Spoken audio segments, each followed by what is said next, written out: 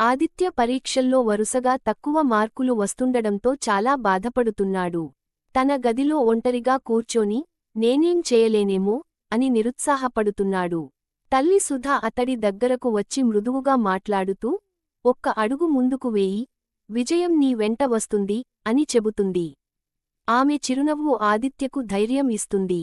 తర్వాత రోజు స్కూల్లో శేఖర్ సర్, ఆదిత్య కుంగిన ముఖం చూసి, ఒక్క రోజు మార్పు చూసుకోకు, ప్రతిరోజు చిన్న అభ్యాసం చేస్తే పెద్ద ఫలితం వస్తుంది అని చెబుతాడు.